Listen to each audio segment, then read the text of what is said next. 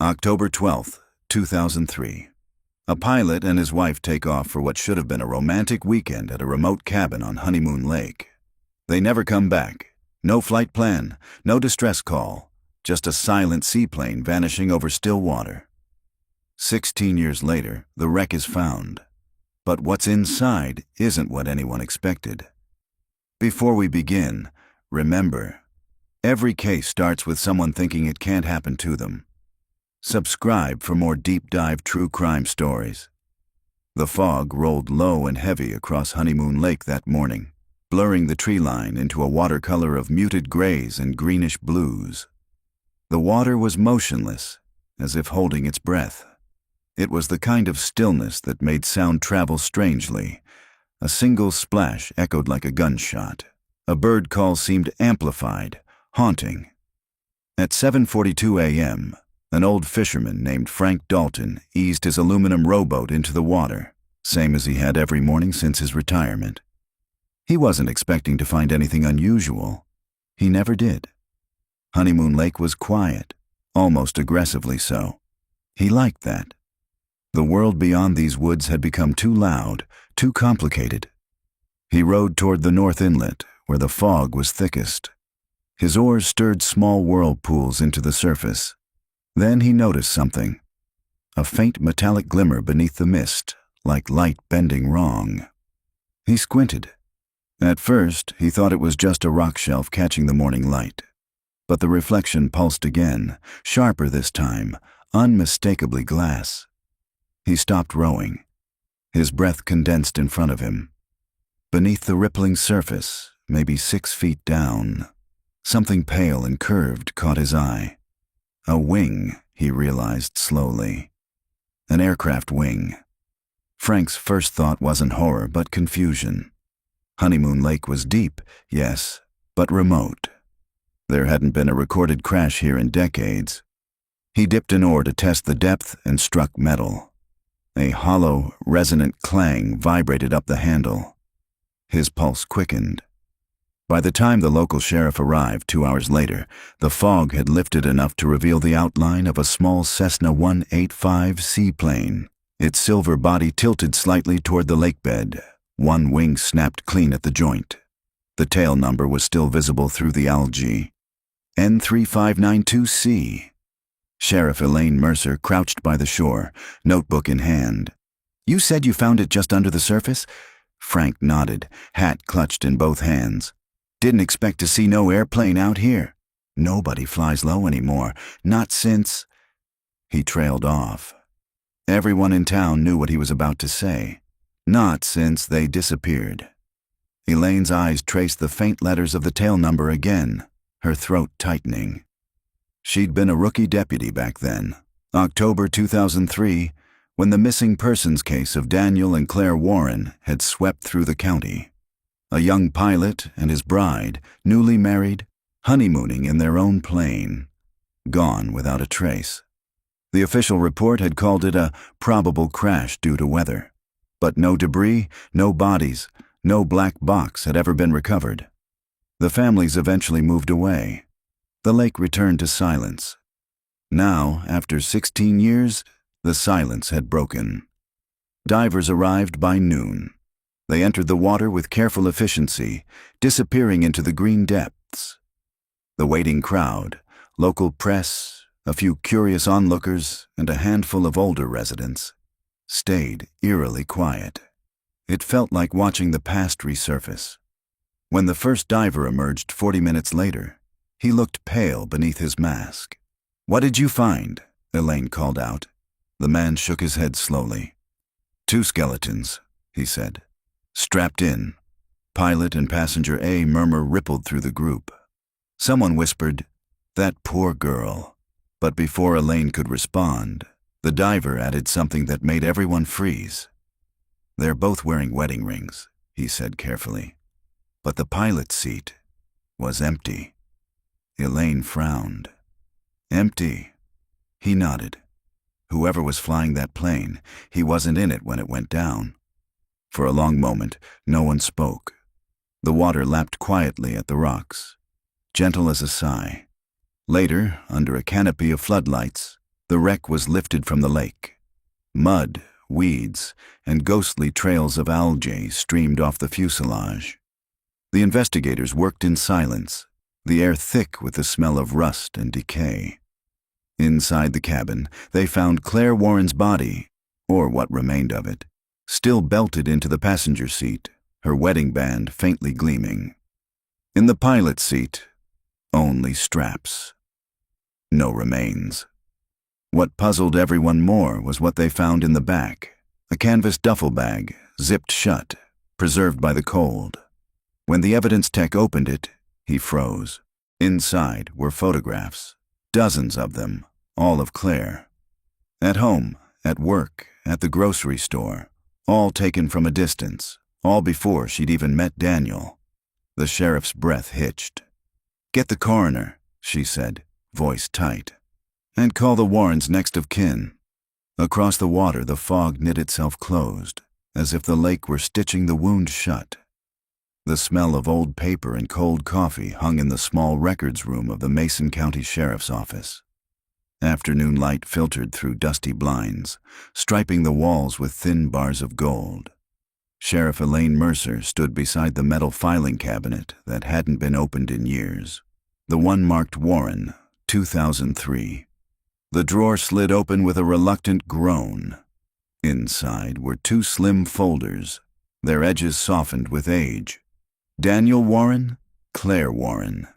She remembered the day she'd filed them.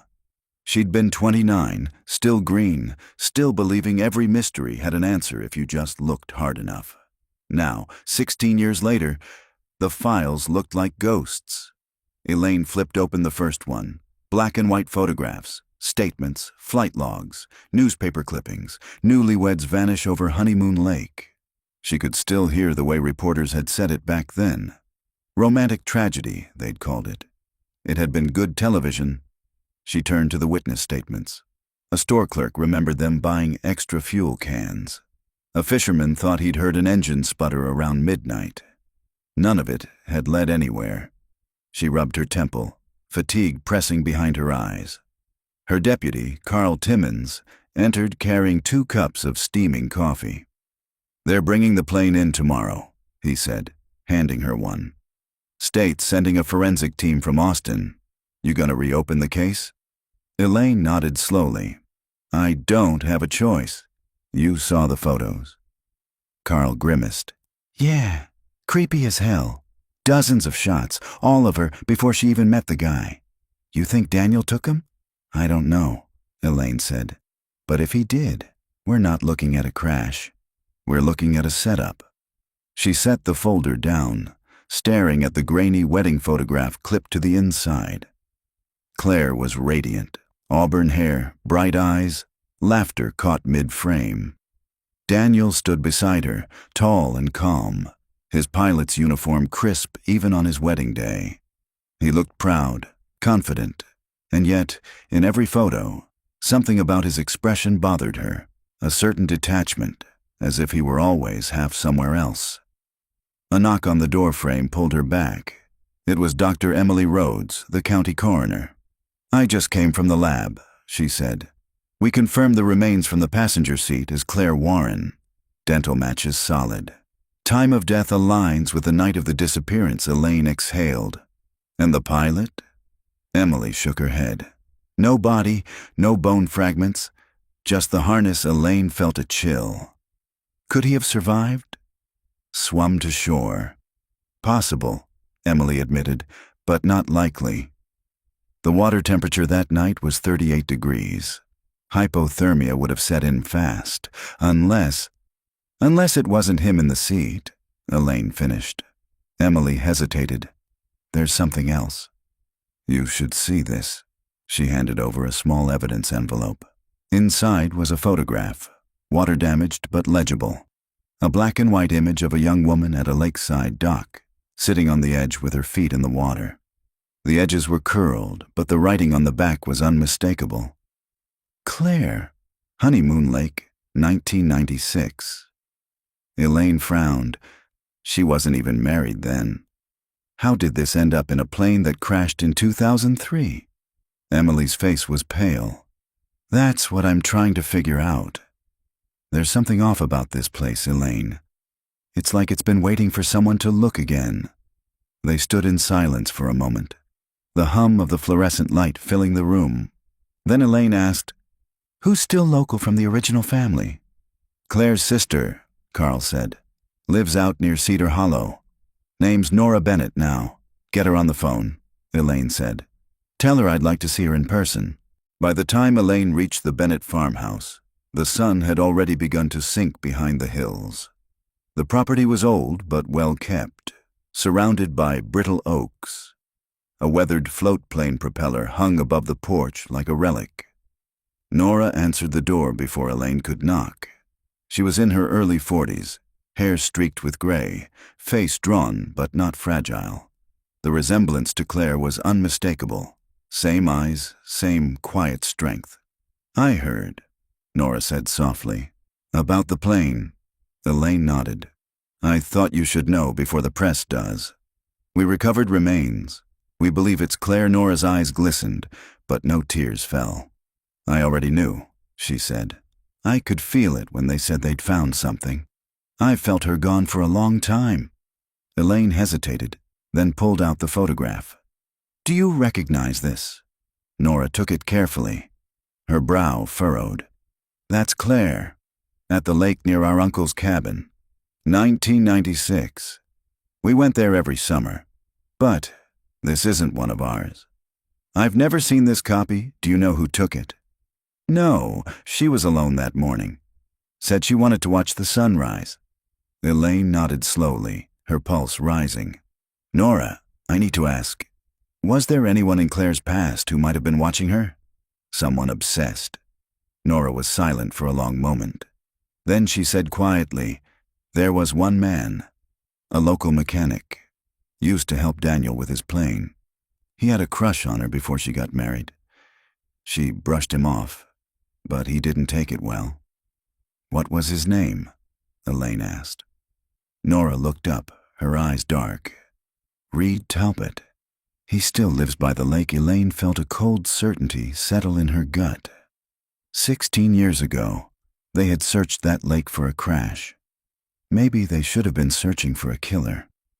That night, back in her office, Elaine pinned the new photograph beside the old newspaper clippings. The faces of Daniel and Claire looked down at her from the board, frozen in the sepia of happier days. In the silence, the old building creaked, settling into the weight of years. Outside, the wind stirred the pine branches. Somewhere out there, Honeymoon Lake glimmered under the moonlight, a mirror for the past. Elaine stared at the evidence wall, the unease growing in her chest. If Daniel Warren hadn't died in that plane, then someone had been waiting 16 years for him to come back. The road to Honeymoon Lake wound through dense pine forest, each bend revealing fleeting glimpses of water flashing silver beneath the morning sun. Sheriff Elaine Mercer drove with her window cracked open, the cold autumn air carrying the scent of pine sap and lake moss. The radio crackled with static.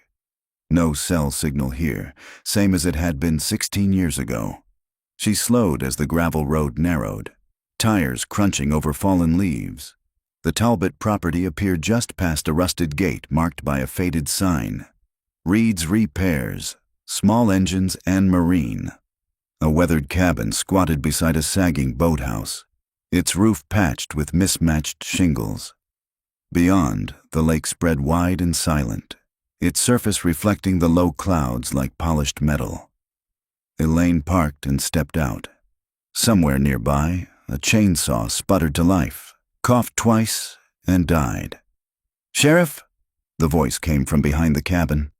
A man emerged, wiping grease from his hands on a rag. Reed Talbot was in his late 50s now, broad-shouldered but hollow-eyed, his beard shot with gray. His gaze lingered on Elaine's badge before flicking toward her SUV, where the county seal gleamed in the light. "I heard about the plane," he said flatly. "Figured someone would come by." Elaine studied him carefully. "You knew Daniel and Claire Warren." "Everyone around here did." Reed's tone was neutral, practiced.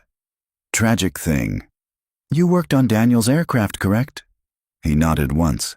Did routine maintenance. Cessna 185. Good machine.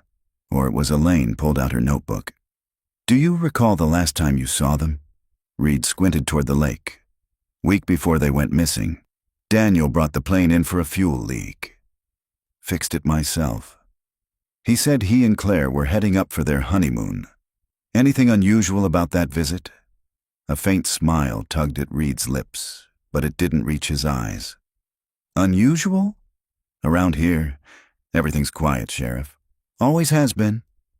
Elaine let the silence stretch before asking, Did you know Claire before she married Daniel?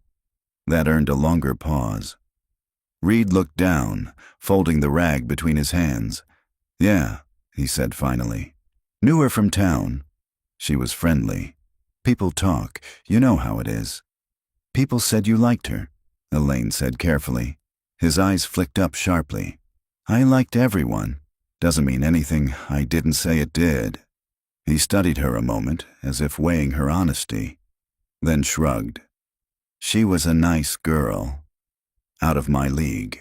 You know what small towns are like. You look at someone too long, and suddenly you're the talk of the diner. Elaine nodded. You were seen near the lake the night they disappeared. That's so. Fisherman saw your truck parked by the north inlet. Said you were out there till nearly midnight. Reed's jaw tightened. I fix boats.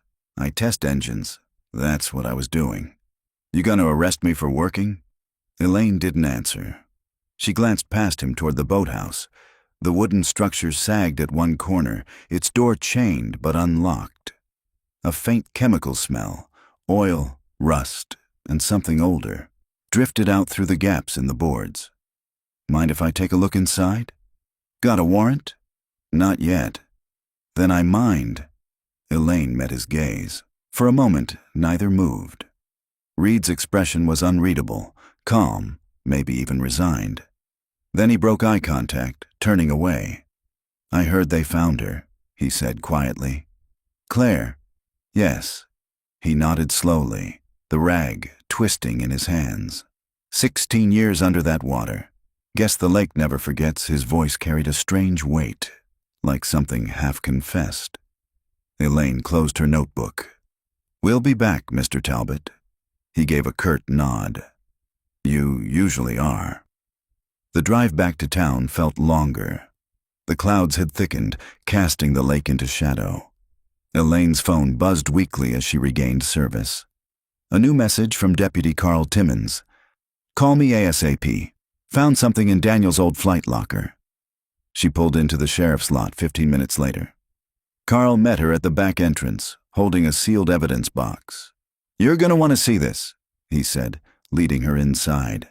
They opened it on her desk. Inside were flight charts, notebooks, and a black leather-bound logbook embossed with Daniel Warren's initials. The pages were warped with age, but the ink remained legible. Elaine flipped through dates, flight hours, maintenance notes, brief comments about weather. Then, halfway through, the handwriting changed. The letters slanted differently, heavier, as if written by someone unfamiliar with the pen. She paused.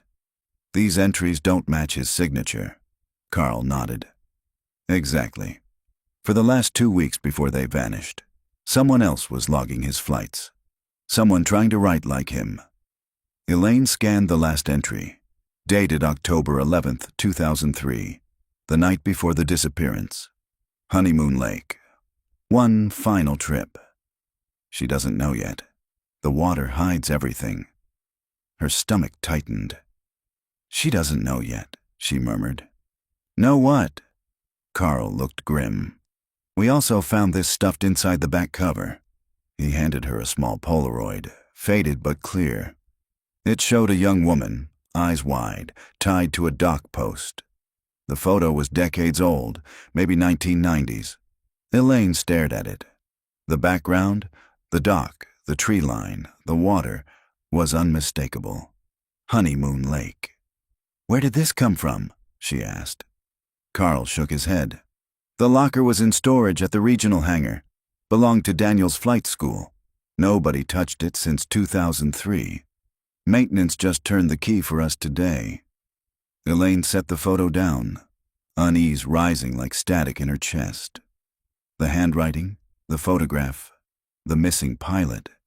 The lines between victim and predator were blurring fast. "Run fingerprints on everything," she said, "and have Reed Talbot's file pulled from the archives." "I want to know where he was that week." Carl hesitated. "You think Reed was flying that night?" Elaine looked at the Polaroid again. The rope, the terrified eyes. The dock she knew too well.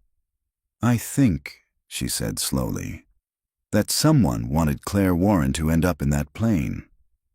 And whoever it was, they were in the pilot's seat." That night, rain swept in over the lake, drumming against Reed Talbot's roof. Inside, the mechanic sat alone at his kitchen table, an old photograph spread before him. Claire at the dock, sunlight in her hair. He traced the outline with an oil-stained finger, his expression unreadable. Outside, thunder rolled across the water.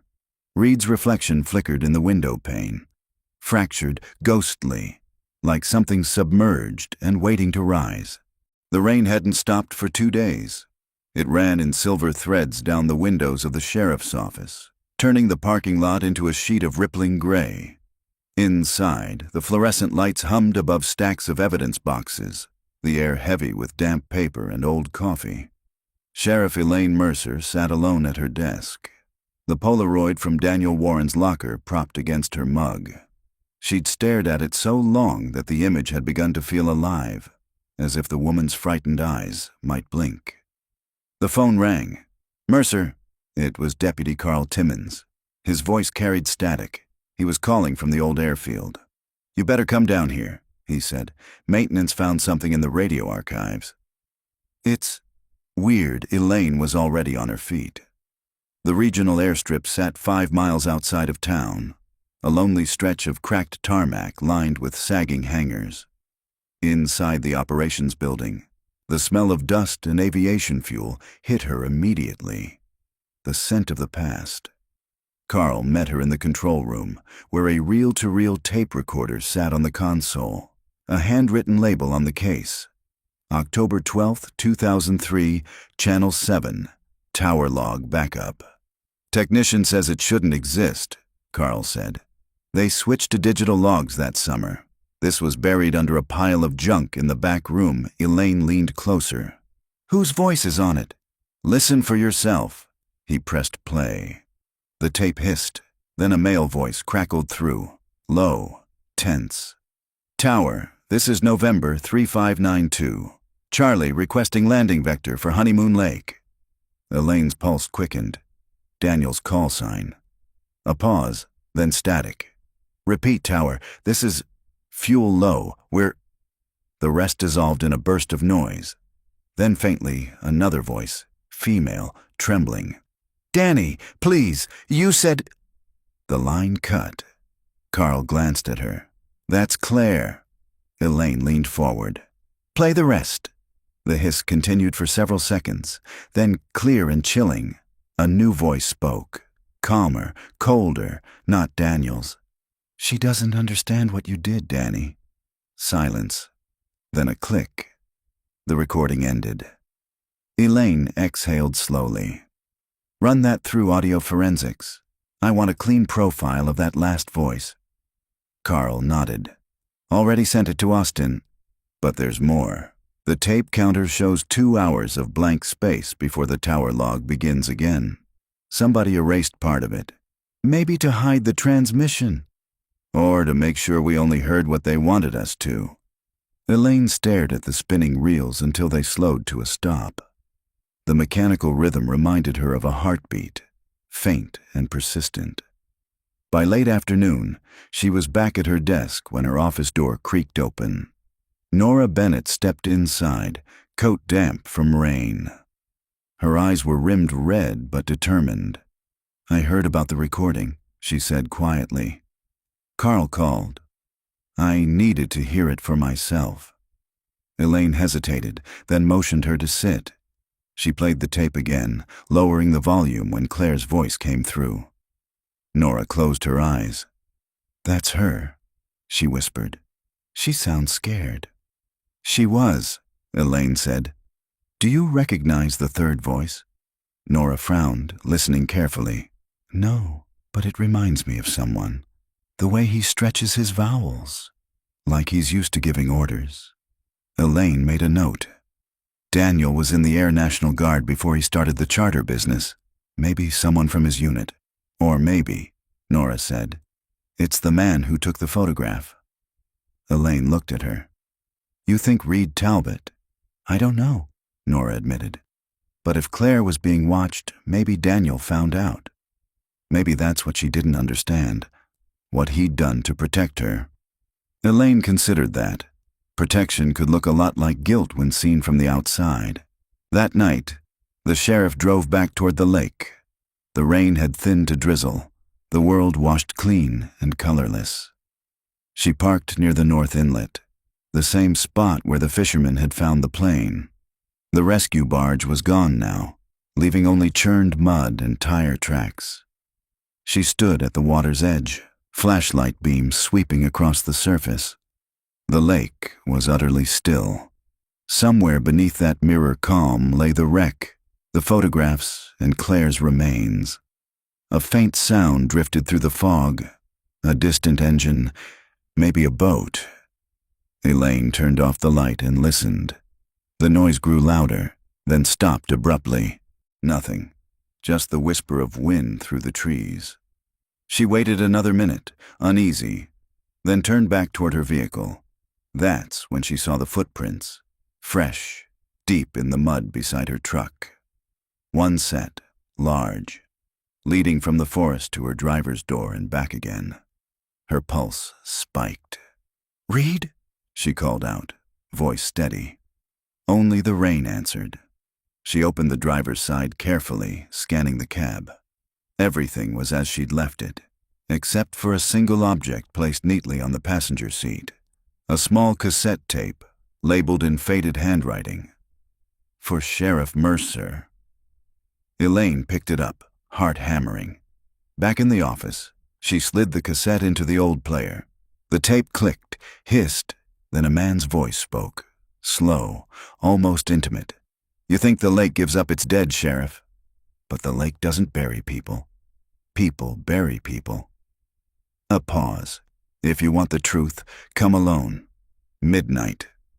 North Dock static swallowed the rest. Elaine leaned back, the room spinning slightly.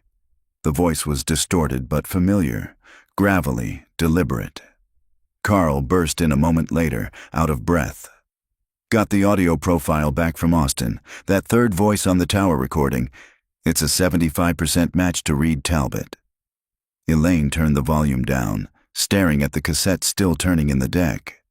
"I know," she said quietly. "He just invited me to meet him." Outside, the storm gathered again, wind pushing waves against the shore. In the distance, beyond the tree line, a single lantern flickered at the water's edge, a small, waiting light. The lake looked different at night.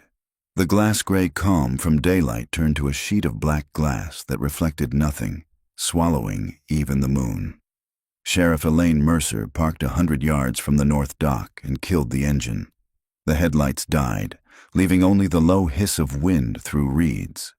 She checked her sidearm, clipped a flashlight to her jacket, and started down the narrow path.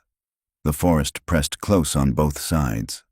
Branches scraped against her sleeves. Somewhere in the distance, an owl called once, then fell silent. The rain had stopped, but the air still smelled of wet earth and rust. When she reached the dock, a single kerosene lantern burned at its end, just as promised. Its light trembled across the water, a golden halo in the dark. No boat, no sound of an engine, only the slow lap of waves against the pilings. "Reed," she called softly. "I'm here." Her voice went nowhere, absorbed by mist. She stepped forward, boards creaking under her boots. The lantern flickered. The flame leaned with the breeze. Halfway down the dock, she stopped.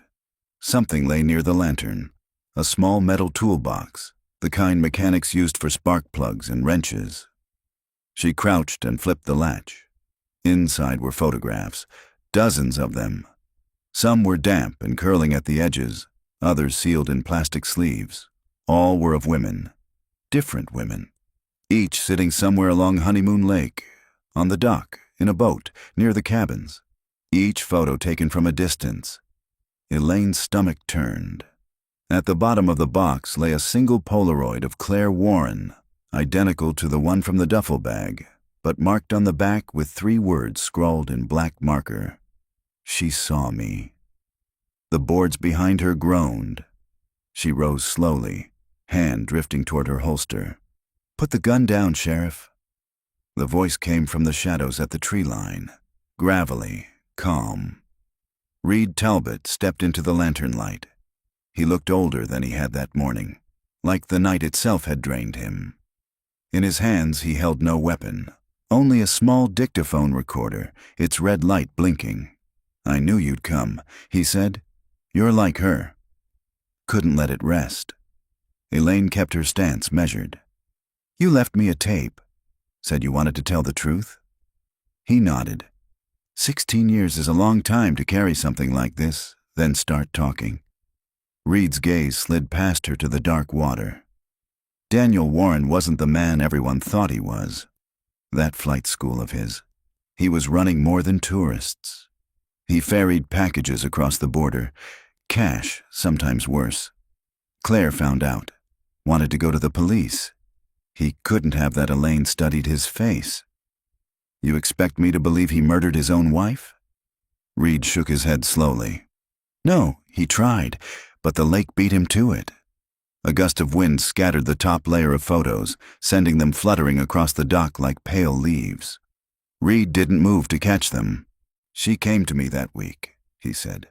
"Crying, scared. Said Daniel was planning one last trip. Asked if I'd help her get out.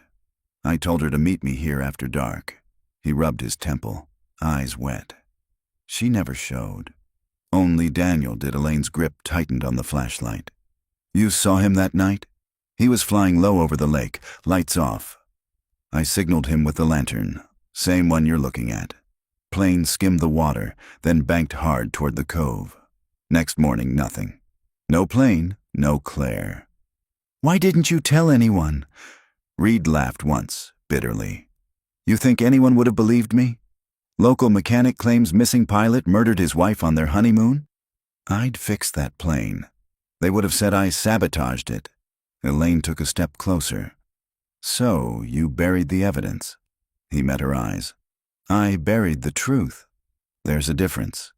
He reached into his jacket and pulled out a small cassette, holding it up between 2 fingers.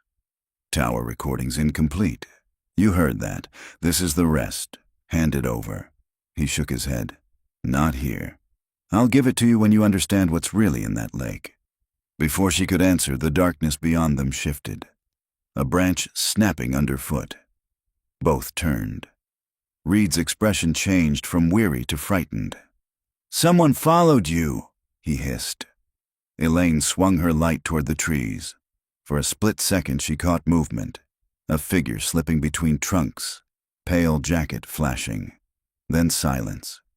When she turned back, Reed was already backing away down the dock. "It's not safe tonight," he said. "Tomorrow noon, old boathouse. Bring no one, Reed." But he was gone, swallowed by the fog. The lantern guttered and went out. Elaine drove back to town through sheets of mist that felt almost solid.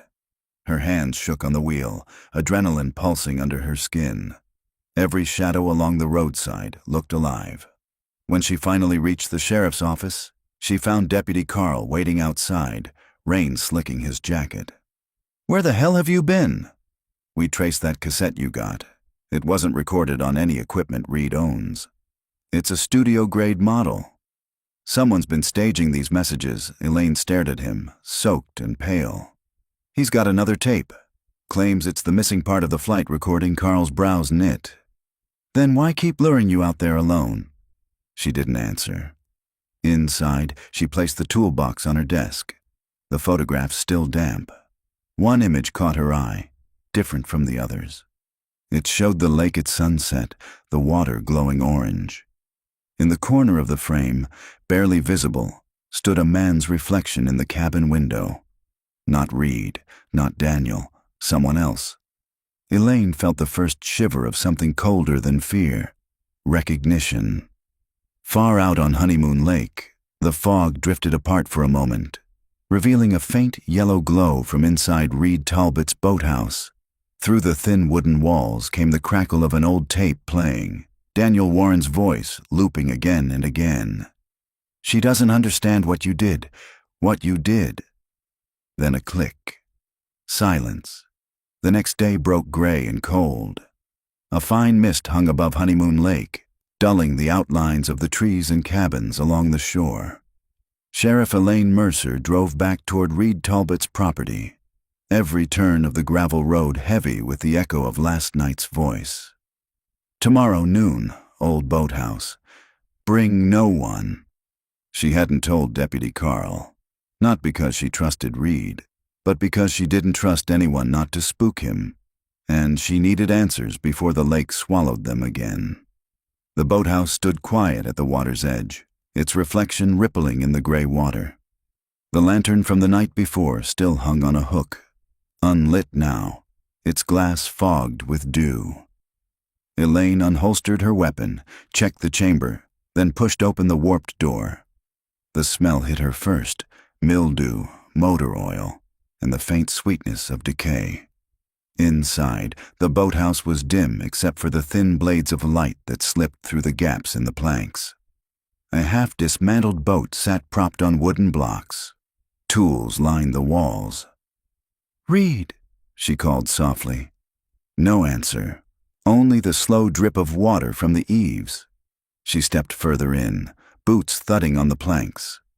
The floor creaked under her weight, more than it should have. She shone her flashlight downward. Some of the boards near the back were newer than the rest, lighter in color, screwed down with modern bolts instead of nails. A patch job. A sudden thump from beneath made her freeze. One, then another. Soft, but deliberate. "Reed," she said again, louder. Silence. Then a faint metallic sound, scraping, like a chain dragging against wood. She knelt, fingers brushing the edge of the newer boards. The screws were worn but loose. Someone had been in here often. She used her pocket knife to pry up the first one. The plank shifted easily, revealing darkness below and the scent of stagnant water. She lowered the flashlight beam. Something glinted back. A chain, and at the end of it, a metal trunk submerged in the shallow water beneath the boathouse. Elaine's pulse quickened. She grabbed a nearby wrench and pried up the next few boards until the trunk was exposed. The water around it rippled with oily residue, the surface reflecting her pale face back at her. She crouched, reached in, and heaved. The chain scraped loudly as the trunk rose, heavy and reluctant. When she pulled it onto the planks, the smell of rust and rot filled the air. She unlatched the lid. Inside lay photographs, maps, and what looked like fragments of clothing sealed in plastic bags. The top photo showed a smiling young woman standing beside a Cessna, Claire Warren again. Beneath it, another photo. Not Claire this time, another woman, unfamiliar, and another beneath that. All different faces, dozens of them, each with a date scrawled on the back. Each marked Honeymoon Lake. Elaine's throat tightened. She picked up a smaller object from the corner of the trunk. A cassette labeled N359 2C/final transmission. Daniel's call sign. Her hands trembled as she slid it into her portable player. The tape clicked, hissed, and then the same tense male voice filled the boathouse. "Tower, this is November 3592. Charlie, God, she's not breathing. The voice broke into static.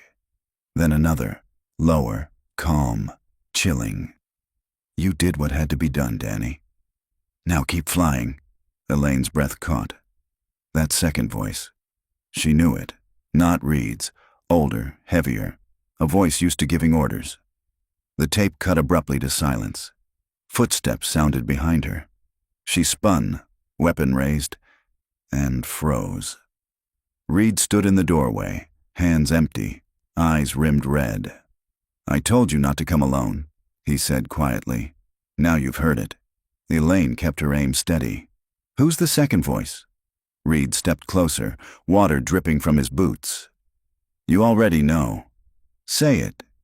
He hesitated. "Charlie Carnes." Elaine frowned. "The local contractor?" "He left years ago." Reed shook his head. "He never left." "He just changed what he called himself." "He was Daniel's silent partner. Used the charter service to move things for him. Drugs, maybe people. The lake's perfect for it. Deep enough to hide anything. Why keep the evidence?" "Because I was scared of him," Reed said. "And because I thought someday someone like you would come asking. Someone who could stop him." Elaine studied him, weighing every word. "Where is Carnes now?" Reed's mouth tightened. "You saw his light last night." Elaine blinked. "That was him in the woods?" Reed nodded slowly. He never stopped watching the lake. Never stopped coming back. "He's here." A faint noise outside made them both turn. The crunch of gravel, then the groan of a wood. The boathouse door creaked open wider. A figure stood silhouetted against the glare of daylight, broad shoulders, heavy frame. Reed whispered, "Run!" Elaine fired a warning shot into the floor. "Stop right there!" The figure didn't move. Instead, it spoke in a calm, almost amused tone. "You found the trunk." "Good. Saves me the trouble of fishing it out again." Elaine's breath hitched. The voice matched the one on the tape. The second voice. Charlie Carnes stepped into view. Older now, beard streaked with white, eyes cold and bright. His presence filled the space like smoke. "Reed," he said evenly. "You should have burned it like I told you."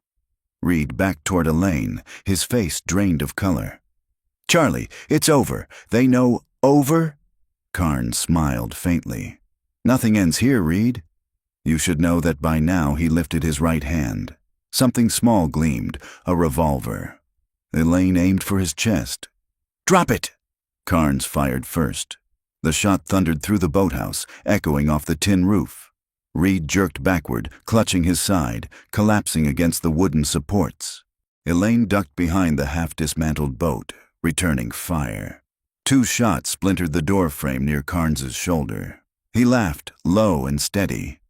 "You think you understand this place," he called. "You don't." The lake takes what it wants. Then he was gone, vanished into the fog. Elaine crawled to Reed's side. Blood seeped through his shirt, dark and steady. "Stay with me," she said, pressing her hand over the wound. Reed's lips moved. He'll go back to where it started. The cabin. North Shore. Elaine's heart pounded. "We'll get him." Reed smiled faintly, eyes dimming. "Tell her. I tried to save her." Then his head fell back against the boards, the breath leaving him in a long, rattling sigh. Elaine knelt there for a moment, surrounded by the whisper of water beneath the planks and the ghostly hum of the tape still spinning. Then she rose, wiped her hands on her jacket, and looked toward the northern shore, where the mist was thickest. She could almost hear the lake breathing. By the time Sheriff Elaine Mercer reached the North Shore, fog blanketed the trees so thickly she could barely see beyond the hood of her cruiser. The air felt colder here, heavier. Each breath condensed before her lips like smoke. She killed the engine and stepped out into silence. No birds, no wind, just the faint creak of pines shifting under the weight of their own age. In the distance, through the mist, she saw the outline of the cabin Reed had mentioned. It leaned against the slope of the hill, half swallowed by ivy. The roof sagged. The porch boards hung loose like broken ribs. Its reflection rippled faintly in the lake below, where the water lapped soundlessly at the shore. Elaine drew her weapon and flashlight, advancing slowly. Her boots squelched in the wet soil, each step deliberate. The forest seemed to lean closer around her. When she reached the porch, she noticed something strange. Footprints, fresh, tracking mud up the steps.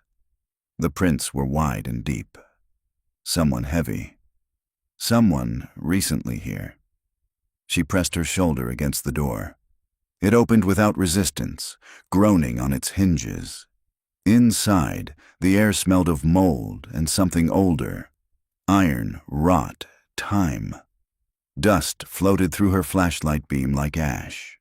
A table sat in the middle of the single room, covered in maps of the lake. Topographic, aerial, even hand-drawn sketches. Each map was marked with circles, X's, and numbers written in red ink. On one, an arrow pointed to the north inlet with the words, Deep Pocket, 182 feet. Elaine's eyes moved across the papers until she found one labeled October 2003. The route drawn on it matched Daniel Warren's flight plan. Something rustled behind her. She spun, flashlight slicing across the shadows. A shape darted past the doorway. Tall, fast, vanishing toward the tree line. Elaine bolted after it, boots hammering against the wet ground. "Stop!" she shouted. Her beam caught flashes of movement. A gray jacket, a shoulder, the glint of metal. The figure stumbled down toward the lakeshore, then turned suddenly, raising something in its hand. The gun fired once. Bark exploded beside her face. Elaine dove behind a fallen log, mud splattering her uniform. Her pulse thundered in her ears. "Carnes!" she yelled. "Put it down!" No response, only the soft shuffle of footsteps circling. She moved silently, crouched low, until she reached the next tree. Her flashlight caught a reflection. The lake. For a heartbeat, she saw him clearly across the water. Charlie Carnes, standing knee-deep at the edge, revolver dangling from his hand, eyes fixed on the lake's surface. "Don't," she said. He turned slowly, and even through the fog, she could see his smile. "You came alone," he said, "just like the girl." Elaine's throat tightened. "You killed her." Carnes shook his head.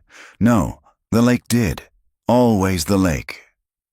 He raised the revolver, not at her, but toward the water. "You know why it's called Honeymoon Lake, Sheriff?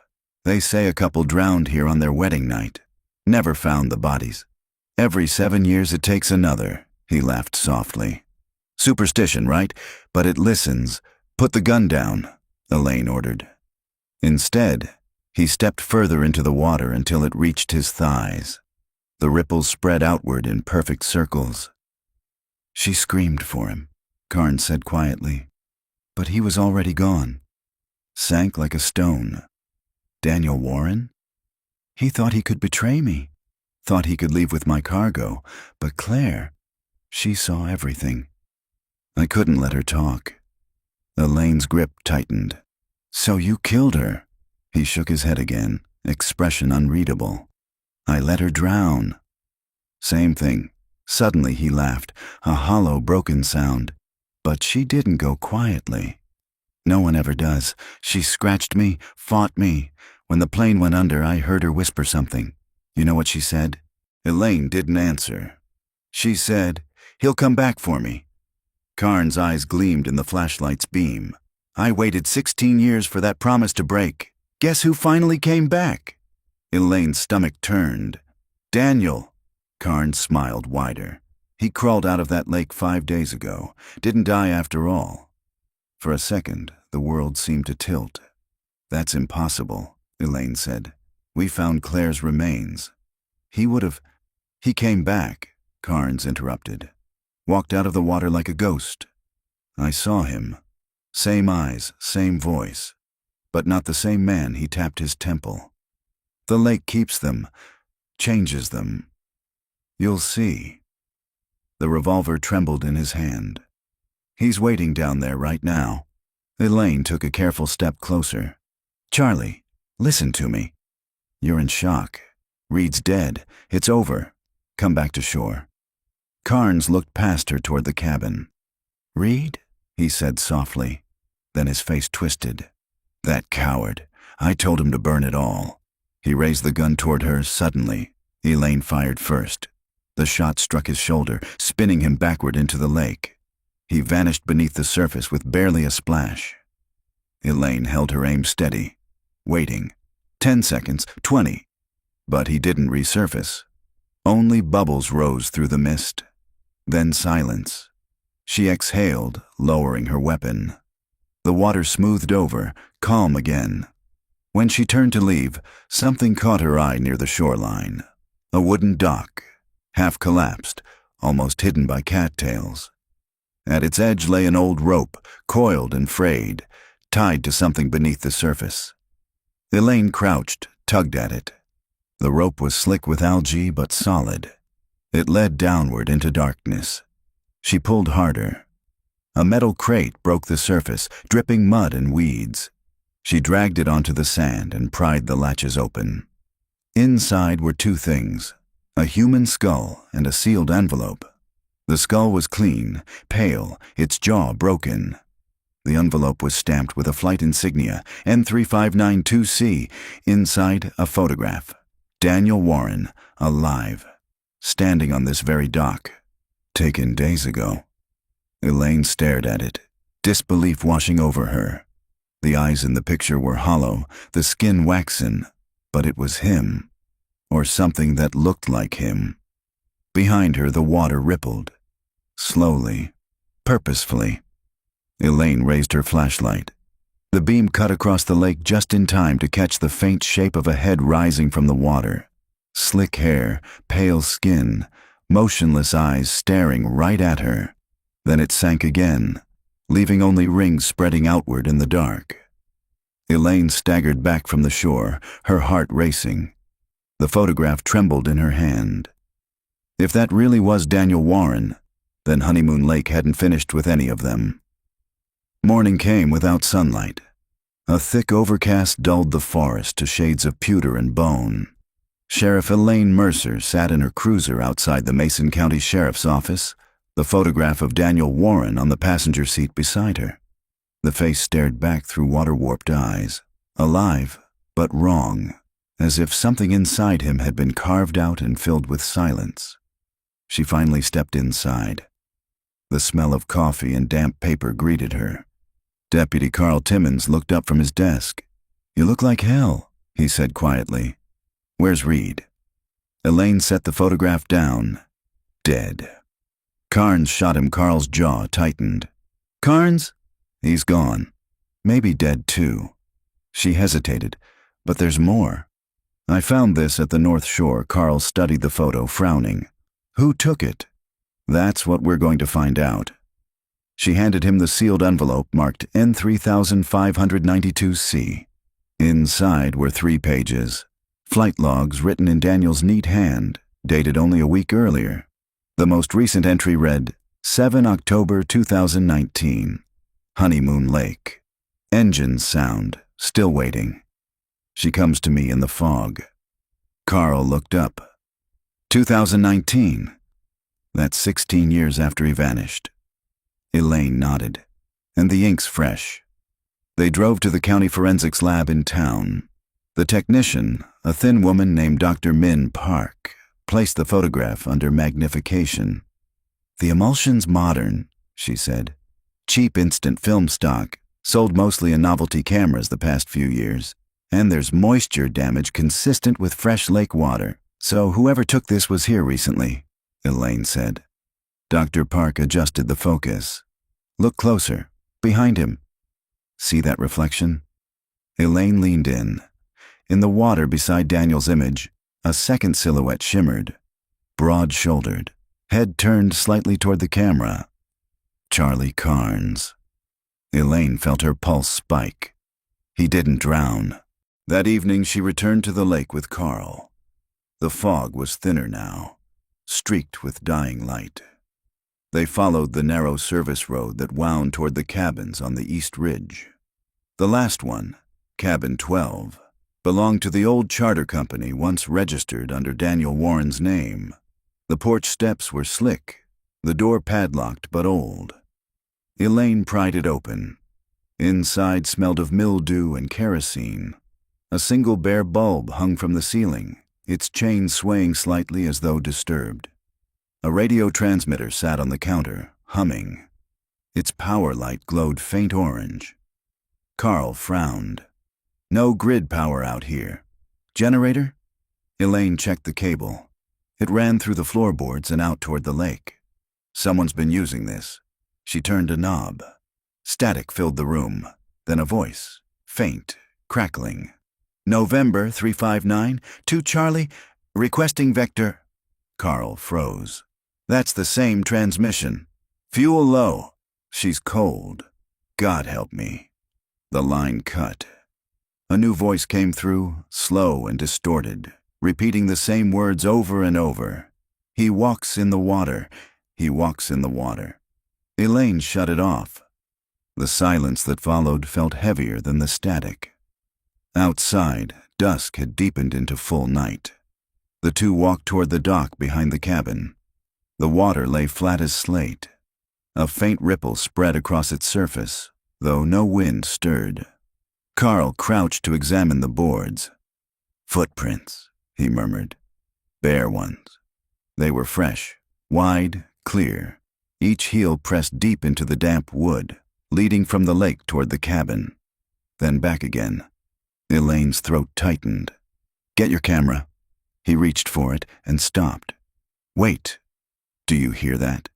From somewhere under the dock came a slow, rhythmic knocking, like something striking wood from below. 3 times. Pause. 3 times again. Carl's face went pale. Fish? Too regular. Elaine crouched, shining her light between the slats. For a moment she saw only darkness, the glint of water. Then, faintly, a hand broke the surface, pale, still, fingers splayed. It hovered there for a heartbeat before slipping soundlessly back beneath. Carl stumbled backward. Jesus Christ! Stay calm! Elaine snapped, though her own voice trembled. She aimed the beam again. The water was calm, empty. No bubbles, no ripple. She swallowed hard. Call search and rescue. We need divers here by dawn. Carl nodded and hurried toward the cruiser. Elaine stayed by the dock, staring at the black surface. Somewhere out there, a loon cried, a long hollow note that faded into the trees. Hours later, at headquarters, she spread the photos and flight logs across the table. Sleep was impossible. Every pattern she traced led back to the same coordinates. The deepest trench of Honeymoon Lake, marked on Daniel's old map as 182 feet. She found herself whispering the numbers aloud like a mantra. 18-2, 18-2. The clock on the wall clicked past 3 a.m. Rain began again, soft and steady. Her phone buzzed, an unknown number. She hesitated, then answered. Sheriff Mercer. Silence, then breathing. She nearly hung up when a voice, hoarse, deliberate, spoke. You found my photo. Her pulse stuttered. Who is this? You came looking for me. Now come the rest of the way, Daniel Warren. She's still down here, Elaine. She's waiting. The line went dead. Elaine stared at the phone, the rain hammering harder against the windows. She replayed the words in her mind. Still down here. She grabbed her jacket and keys. If Daniel Warren really was alive, the lake itself was holding him. And whatever he'd become, it was calling her there. As she drove back through the storm, lightning flickered across the tree line, revealing the outline of the lake in blinding white. For an instant, she saw it. The faint figure of a man standing waist-deep in the water, facing her headlights. Then darkness again. Elaine didn't stop. She kept driving until the road disappeared into fog, the radio crackling with a single repeating transmission. November 3592. Charlie. Still waiting. The storm broke just before dawn, leaving the air sharp and raw. Mist coiled low over the lake as the county dive unit assembled their gear on the north dock. The hum of compressors, the clink of tanks, the soft murmurs of men trying not to look toward the water too long. It all blended into a tense rhythm. Sheriff Elaine Mercer stood at the edge of the dock, wind tugging at her raincoat, eyes fixed on the water.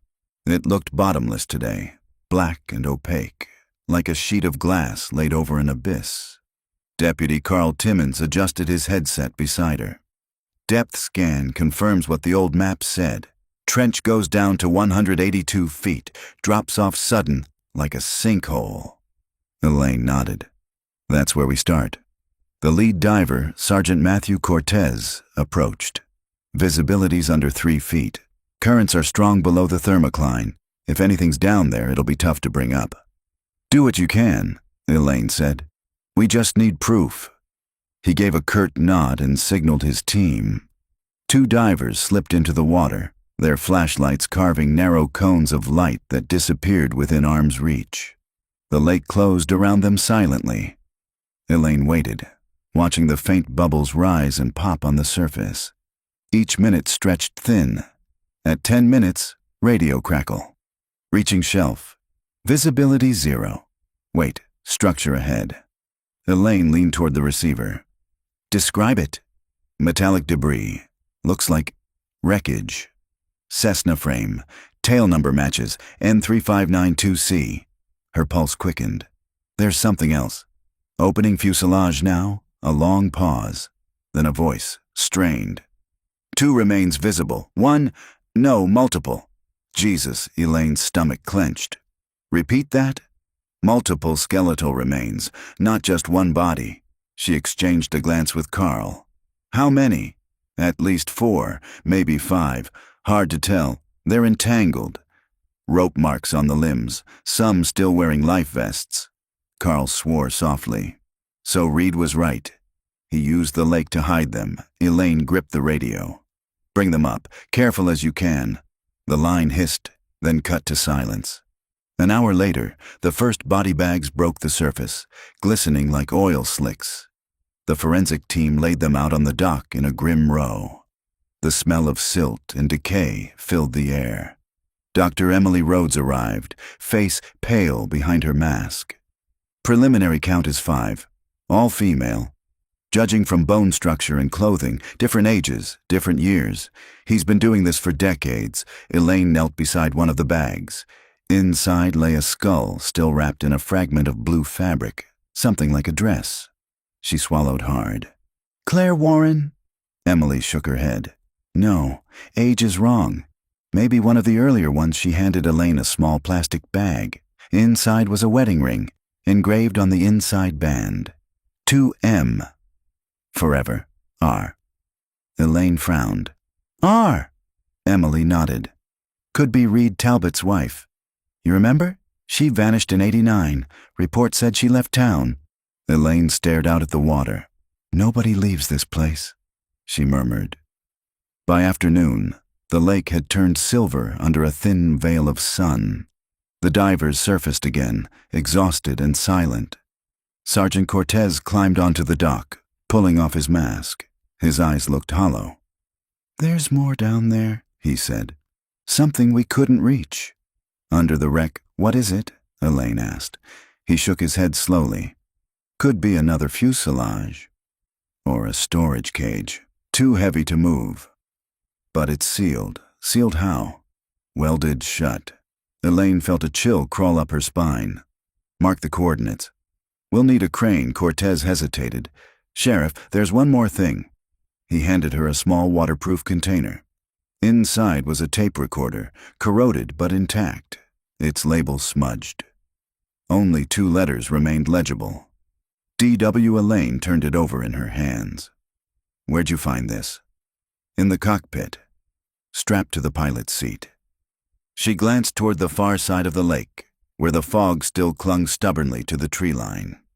Get it to forensics. I want it cleaned and digitized today. That evening, Elaine sat in the lab's sound booth with Dr. Park, headphones pressed to her ears. The tape hissed, crackled. Then a man's voice emerged, shaky, breathless. This is Daniel Warren. If anyone finds this, We didn't crash. We were forced down. He made me—" The words broke into static, then returned faintly. "She's gone. I tried to pull her out, but he's still out there. The lake's not—" The recording warped. The last word stretched into a shriek of feedback. Then silence. Elaine pulled the headphones off, pulse hammering. "Can you clean it further?" Dr. Park adjusted the levels, replayed the last seconds. Beneath the static, faintly, another voice whispered something indecipherable. She looped it again, filtering the noise. Slowly, the words became clearer. "He walks in the water." Elaine sat very still. Same phrase from the transmitter. Dr. Park nodded, eyes wide. "It's on a separate channel." Means the second voice wasn't recorded at the same time. It was overlaid later. Someone tampered with this tape. Elaine's mind raced. Charlie Carnes? Could be. But the frequency pattern's strange. It's like it wasn't picked up by a microphone. More like vibration through the metal itself. Elaine exhaled slowly. Through the plane. She left the lab in silence, night already settling outside. The water beyond the window glimmered faintly under a half-moon. At the shoreline, she stopped to look out over the lake. It seemed almost calm again, innocent. But beneath that still surface now lay 5 bodies, a plane, and a sealed cage no one yet had opened. She thought of the voice on the tape. Daniel's voice, pleading, breaking. If he had survived, he was either a man consumed by guilt or something else entirely. A ripple spread across the surface, faint and slow, moving outward from the deepest center. Elaine whispered into the night, "What did you bury down there?" The lake gave no answer, only the soft lap of waves against the dock, steady as breathing. The barge's crane groaned like an animal as its cables strained against the lake's black water. A chill wind cut across the surface, rattling the metal decking underfoot. Sheriff Elaine Mercer stood with her hands buried in her coat pockets, eyes fixed on the ripples spreading out from the crane's hook. Below, divers worked blind, their floodlights reduced to vague flickers beneath the surface. The radio hissed with their breathing. Target secured, lifting now. The steel cable tightened. A slick of bubbles and silt boiled to the surface. Slowly, impossibly, a rectangular metal cage emerged from the water, dripping sludge, its sides coated in green algae. The smell that came with it was thick and mineral, a breath from the past. "Bring it up slow," Elaine said. The cage settled onto the barge deck with a heavy clang. The divers stepped back, dripping and pale. It was about 6 feet long, 3 wide, welded shut along every seam. Rust streaked the corners like dried blood. Deputy Carl Timmons leaned in, flashlight sweeping across the metal. "Looks like some kind of holding crate. No markings, no lock." Elaine crouched, tracing the seam with a gloved finger. Industrial welds. Whoever sealed it didn't want it opened again. Dr. Emily Rhodes approached, mask hanging from her neck. "We'll cut it open here." Safer than hauling it to the lab. The cutting torch hissed to life, showering sparks as it bit into the corroded metal. Steam rose, mingling with the fog. Elaine watched every inch give way, a tightness building in her chest. When the final seal broke, the cage exhaled, a long sigh of trapped air, foul and cold. Inside lay a wooden box, water-swollen and cracked. Emily pried it open carefully. The interior was lined with plastic sheeting, and beneath it, bones, hundreds of them. Too many for one person. "Oh God," Carl muttered. Emily's voice stayed clinical. "These aren't all human. Deer, dogs, small mammals. Mixed in deliberately." "Why?" Elaine asked quietly. "Confuse identification." But there was more. Nestled at the center of the bone sat a sealed glass jar. Inside floated a small object, metallic, tarnished, unmistakable. A wedding band. Elaine lifted it gently. The inscription inside was barely legible, the letters worn by time. To C-DW. Her stomach dropped. Claire's ring. Emily's brow furrowed. If that's hers, then why wasn't it on the body we found in the plane? Elaine didn't answer. The possibilities twisted in her mind like dark vines. Carl cleared his throat, pointing. Sheriff, there's something else. At the base of the wooden box, beneath the bones, lay a waterproof case, smaller than a shoebox, its hinges still gleaming faintly. Elaine knelt and unlatched it. Inside, a stack of VHS tapes, each labeled in Daniel Warren's handwriting. Honeymoon Lake, flight tests, Subject 2, night trial. Elaine's breath hitched. Subject 2. Emily glanced at her uneasily. He was experimenting? Carl crossed himself, or documenting. That evening in the sheriff's evidence room, the lights were dim and the air cold. Elaine threaded the first tape into an old player hooked to a monitor. The image crackled to life. Grainy black and white footage of the seaplane hangar, circa 2003. Daniel Warren stood in frame, younger, cleaner cut, speaking to the camera. Trial 2. Honeymoon Lake. Atmospheric interference is consistent. We'll attempt a low-altitude pass at 0200. She doesn't know yet. He turned, revealing Charlie Carnes behind him, arms crossed. If this works, we'll have proof, Daniel said. The magnetic readings below the north shelf, they're not natural. Carnes nodded. And if it doesn't work? Then we bury it. The video cut to static. Elaine ejected it, her pulse hammering. Magnetic readings. Carl frowned. What the hell were they looking for? Geological surveys. She loaded the second tape. This one was filmed from inside the plane. The camera shook as Daniel adjusted the controls, Claire's voice faint in the background, laughing nervously. You sure this is safe? Perfectly safe, Daniel said. I just want to see how deep the signal goes. The view outside the cockpit window showed only fog and black water. Then, a jolt. The camera tilted. Claire screamed. The image blurred, streaks of light flaring across the lens. Then, a sudden burst of white. Blinding, electric, like lightning beneath the surface. The tape ended there. Elaine sat frozen, the hum of the machine loud in the silence. It wasn't an accident, she said softly. They were testing something. Carl rubbed the back of his neck. What kind of something? Doesn't matter. Whatever it was, it cost her life. Later that night, Elaine drove back to the lake alone. The moon hovered low, half hidden behind clouds. The barge lights glowed faintly offshore where the divers had anchored for the night. She stood at the shoreline, staring out toward the trench. The water was calm, too calm, as though the surface itself were holding its breath. In her hand, she turned Claire's ring over and over.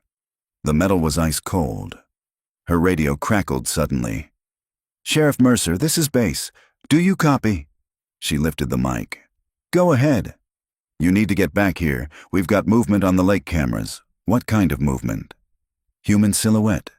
Walking straight across the surface toward your position, Elaine's breath caught. She turned slowly. At first, she saw only ripples. Then, under the pale moonlight, a shape began to rise from the center of the lake, tall, glistening, steady.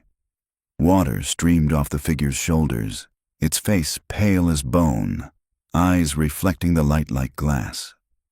Daniel Warren. He stopped waist-deep, staring at her, water dripping from his hair. When he spoke, his voice was calm, almost gentle. I told her the lake remembers. Elaine's hand tightened on the radio, on the ring, on everything that tethered her to reason. Daniel, she said quietly, what did you do? He smiled faintly. I finished what it started. Then, before she could answer, he turned and sank beneath the water without a ripple. Elaine fell to her knees at the shore, the ring clutched tight in her fist. Somewhere out on the lake, the barge lights flickered once, then went out, plunging the water into darkness. By dawn, mist lay heavy over the town again, dulling sound and color alike. The sheriff's office felt colder than usual. The old radiators hissed without warmth. Sheriff Elaine Mercer hadn't gone home. She sat at her desk in the flicker of the single fluorescent tube that still worked, Claire's wedding ring resting beside a cup of untouched coffee. The VHS tapes, cleaned, dried, catalogued, waited in a box near her elbow.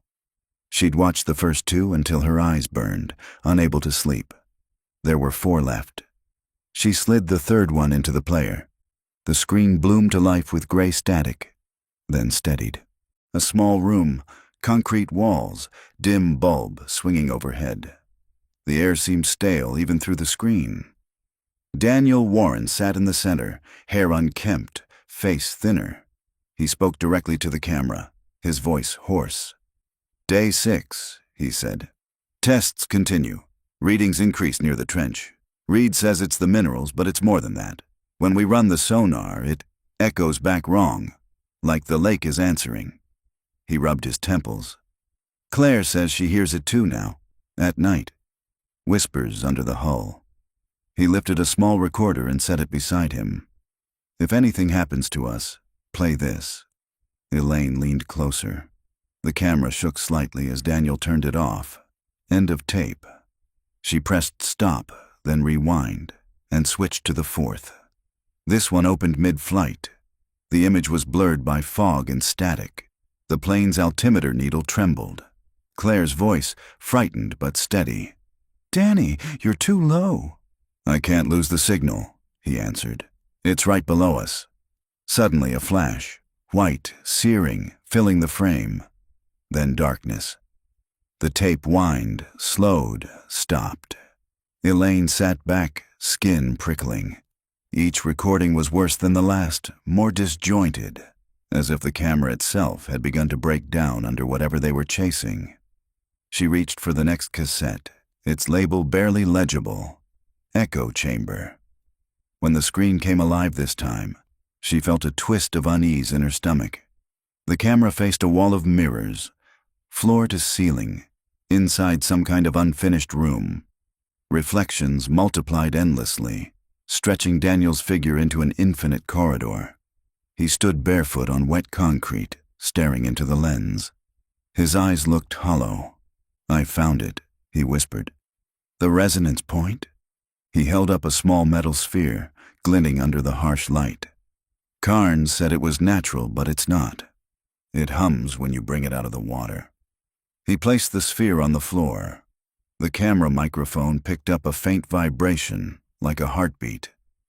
It mimics sound, plays back whatever it hears. But when I listened close, it wasn't my voice anymore. He crouched, whispering to it. For a long moment, only the faint hum filled the room. Then, from the speaker, a second voice whispered back. His words reversed, distorted, lower. Daniel flinched, breathing fast. "Claire says it isn't an echo. She says it's the lake." He reached toward the camera. The frame jolted sideways, then cut to black. Elaine sat frozen. Carl appeared in the doorway, holding 2 coffees. "You've been here all night," he said softly. "You should—" He stopped when he saw her face. "What is it?" She gestured toward the screen. "They found something under that water. Something that makes sound where there shouldn't be any." Carl frowned. "Like sonar feedback, or something else. They called it the resonance point." She showed him Claire's ring. "And this was down there too." She wanted to leave. He didn't. Carl sipped his coffee. "So you think Daniel killed her because of whatever they found?" "I don't know. Maybe the lake killed them both." She rewound the last few seconds, turned up the volume. The hum deepened, a pulsing rhythm that made the air in the room vibrate. Then faintly, almost beneath hearing, another voice joined in. Carl stiffened. "Did that come from the tape?" Elaine's eyes narrowed. "It's saying something." She boosted the gain. Through static, the words formed, 18-2. Carl went pale. "The depth." The hum rose suddenly, a feedback squeal that made both of them flinch. Elaine hit stop. The noise died. For a moment, the only sound was the rain outside. Carl cleared his throat. Maybe it's just interference. Elaine rubbed her temple. Or maybe that's what drove him over the edge. That afternoon, Dr. Park arrived from the lab with a report. "You need to see this," she said, spreading photographs across Elaine's desk. "Mineral analysis from the trench shows high traces of magnetite and manganese, enough to distort any radio signal. But that's not the strange part." She pointed to a scanning electron image of a black fragment taken from the cage. "This metal isn't local. It's refined alloy, military grade." Mid-1990s manufacture, Elaine frowned. Meaning Daniel Warren wasn't testing a natural phenomenon. He was flying over a restricted dump site. Possibly government experiments, magnetic resonance tests. The echoes they heard could have been real interference. "Then why the bones?" Carl asked. Dr. Park hesitated.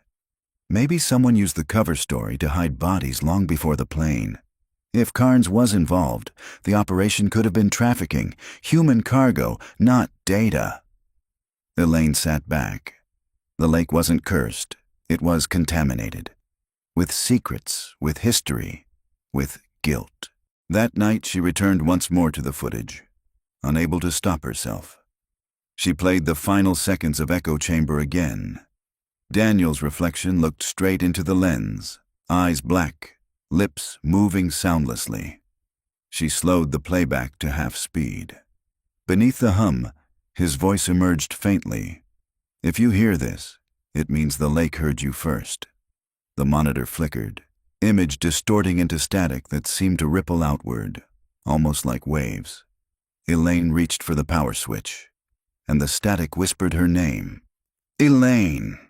She froze. The screen went dark. Behind her, somewhere deep in the building's pipes, a low vibration began to pulse.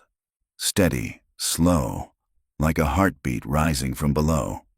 She turned toward the window. Outside, in the moonlight, Honeymoon Lake shimmered faintly. For the first time, it looked alive. By morning, the entire town felt off-kilter.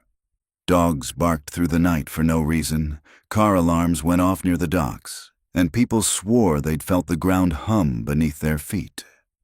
Sheriff Elaine Mercer hadn't slept. She sat in her truck overlooking the lake, sunlight just breaking through the mist. The reflection on the water was too bright, like light bending through glass. She rubbed her temples and replayed the words from the tape in her head. "If you hear this, it means the lake heard you first."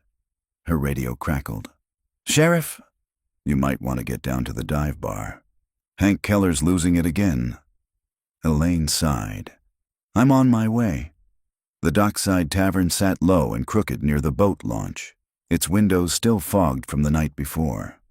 Inside, Hank Keller, one of the fishermen who'd first reported lights on the water, was pacing between tables, wild-eyed, a glass of whiskey trembling in his hand. "You hear it?" he asked before she could speak. "It's in the pipes now. My trailer's shaking. You think I'm drunk, but I ain't."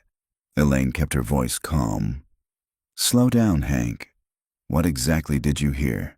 He stared past her, voice dropping to a rasp. Like voices, like someone talking from under the floor, kept saying, 18-2. Elaine felt her chest tighten. "You sure of that number?" He nodded hard, over and over, like a chant. Outside, a sudden rumble made the window panes rattle. Everyone froze. Elaine rushed out the door. The lake beyond the trees was calm, but the old boathouse roof sagged slightly, boards trembling.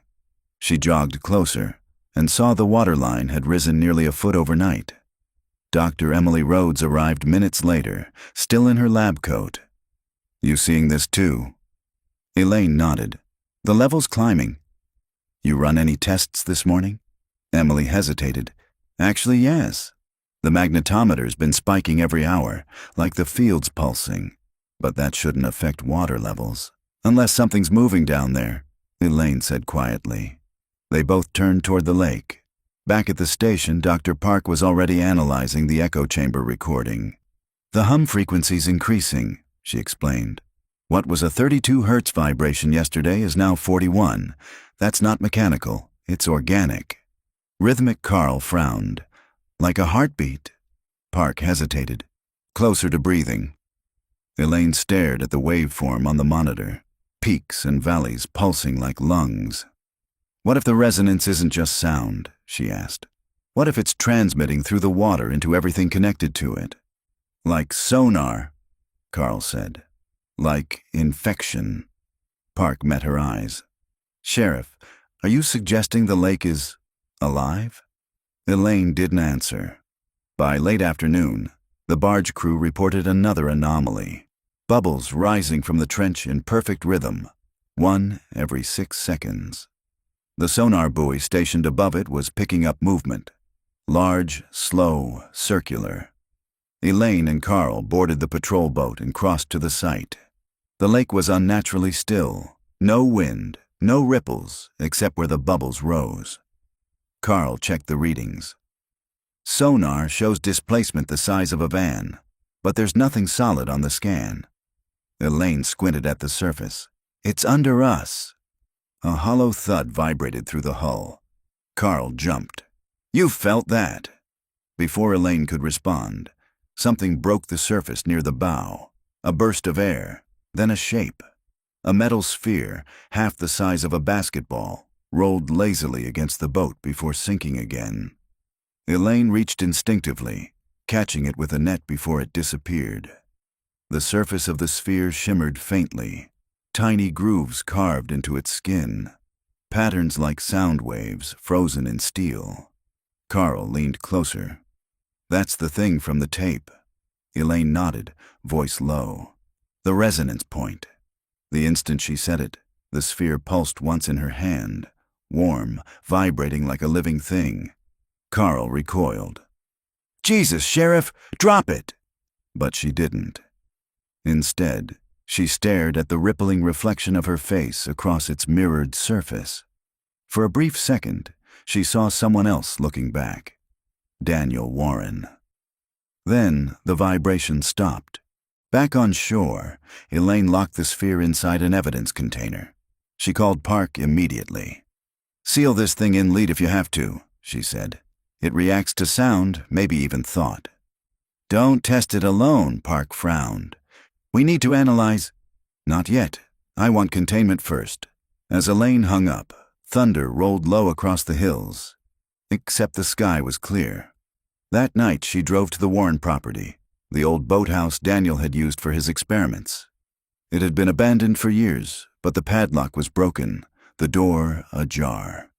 Inside, dust hung thick in the air. The floorboards creaked under her boots. On the workbench lay pages of Daniel's notebooks, warped with age. The handwriting was frantic, looping, sometimes smeared by water stains. She flipped one open. Claire says it follows her dreams, says it whispers my name when I'm asleep. Magnetic resonance triggers auditory hallucinations. Or maybe the other way around, the lake doesn't want to be silent. It needs witnesses. Elaine exhaled shakily. She turned another page and froze. A sketch of the sphere, drawn cross-sectioned, showing a hollow core filled with coiled wiring and something labeled simply vocal chamber. She heard the faintest sound behind her. A creak. Carl? She called softly. No answer. She turned, flashlight sweeping across the walls. The shadows seemed to shift, bending toward her. Then she heard it, faint but distinct. A whisper. Elaine. Her breath hitched. The sound wasn't coming from behind her. It came from the lake, through the cracked window panes, vibrating the glass like a tuning fork. She stepped closer, listening. Beneath her name, other words murmured. A chorus, rising and falling with the waves. 18-2. Beneath. Come down. Elaine backed away slowly, heart hammering. She reached the door, slammed it shut behind her, and ran to her truck. From the hill, she looked back. The boathouse lights flickered on, though she hadn't touched a switch.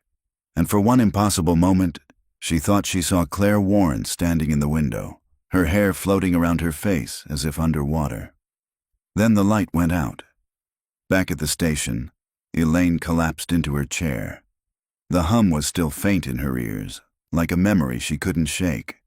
She pressed her palms over them, but it didn't help. The sound was inside now. The radio clicked suddenly. "Sheriff Mercer, this is Dr. Park. You need to come back. The containment box, it's glowing." Elaine's eyes snapped open. "What?"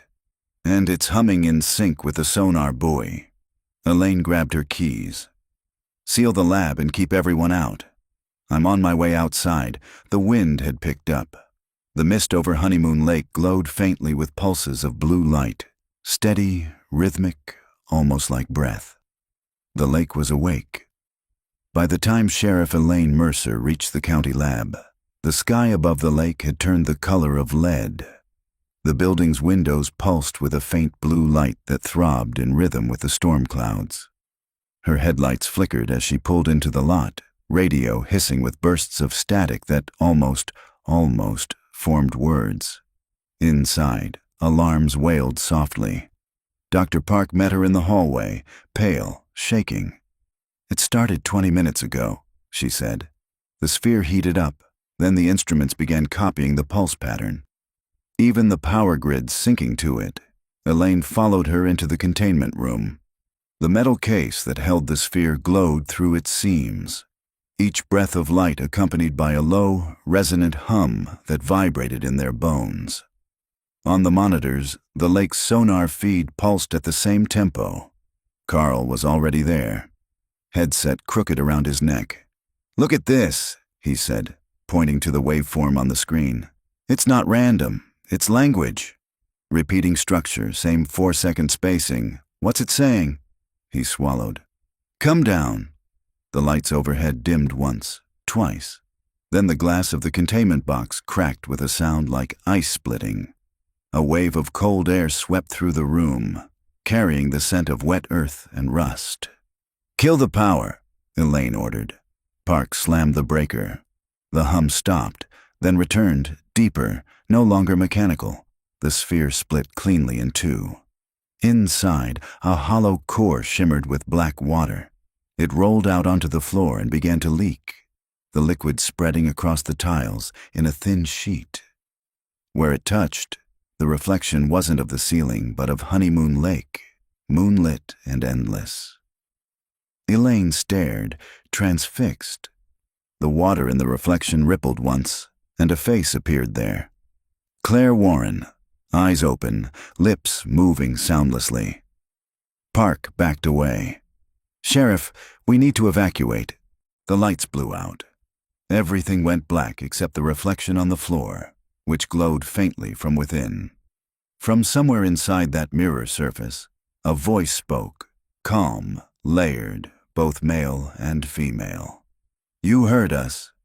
Now you belong to the echo." Elaine felt the pull before she saw it, the gravity of sound itself tugging her forward. She dropped to her knees, palms against the cold water.